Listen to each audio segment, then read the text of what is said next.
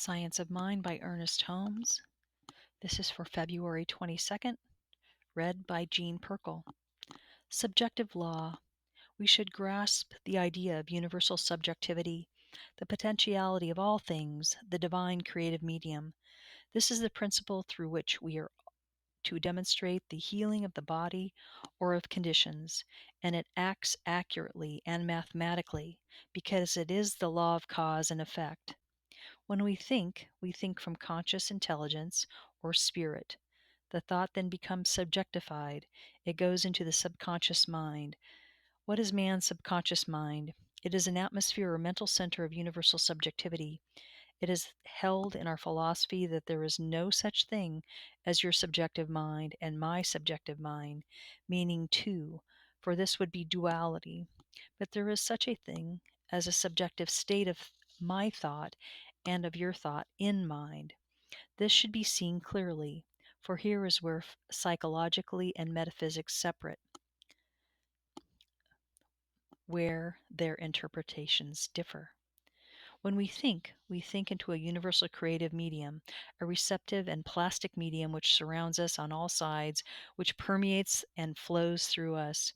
When we must think into and upon it, since it is omnipresent.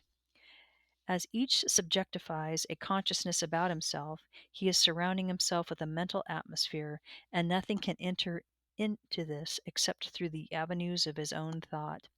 But this thought might be conscious or unconscious. In most cases, it is unconscious. However, the student of metaphysics is learning to consciously control the stream of thought that he allows to enter into his an inner and creative mentality, the result of our own thinking. Thought is an inner movement, which is largely the result of one's perception of life and his reaction to it.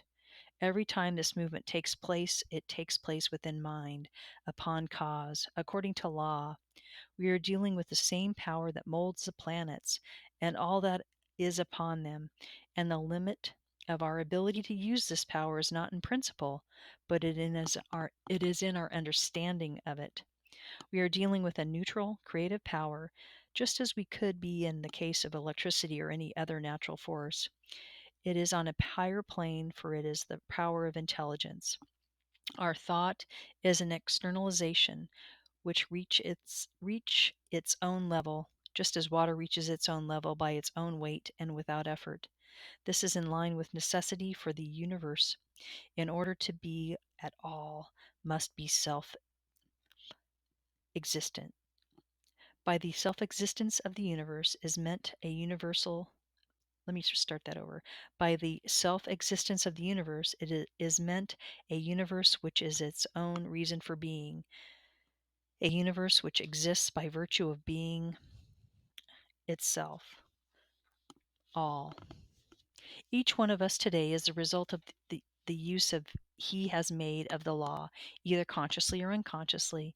As soon as we realize this, we shall see that what we are now, or what we now have and experience, is the result of what we have thought, and the answer to what we shall be is contained in what we are now thinking.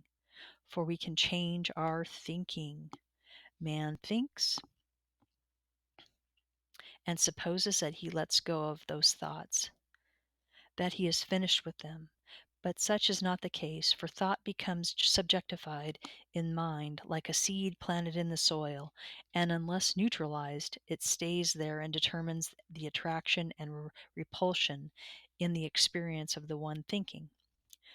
There is a constant action on the subjective side of life, and it is the unconscious process which decides what is happening or what is going to happen in the outer experience. Whatever we think, act, believe in, feel, visualize, vision, imagine, read, and talk about, in fact, all processes which affect or impress us at all, are going into the subjective state of our thought, which is our individualized use of the universal mind. Whatever goes into the subjective state of our thought tends to return again as some condition, so we and we alone control our destiny. Law is mind in action. There is one infinite life acting through law, and this law is mental.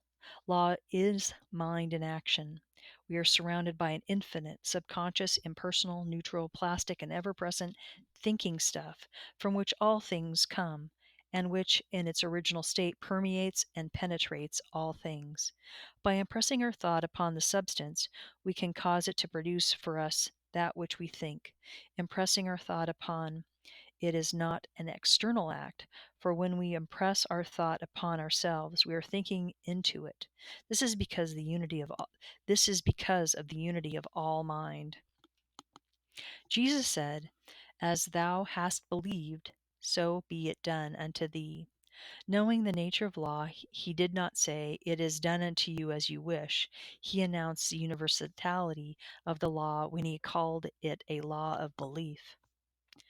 The destructive use of the law. Someone may say, "I cannot imagine God not caring." I cannot either, but we are dealing with law. Does the law of electricity care whether it cooks the dinner or burns the house? Whether it electrocutes a criminal or warms a saint? Of course it does not.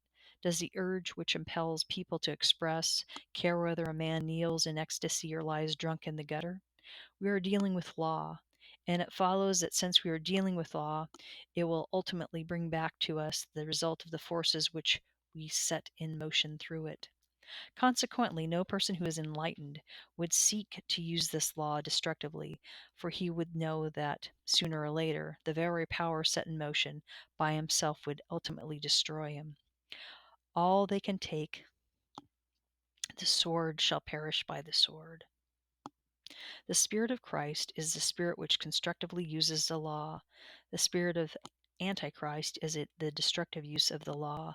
The Spirit of Christ, being in line with the cosmic life, will always transcend, neutralize, destroy, and utterly obliterate the spirit of the Antichrist. Finally, only the Spirit of Christ can succeed.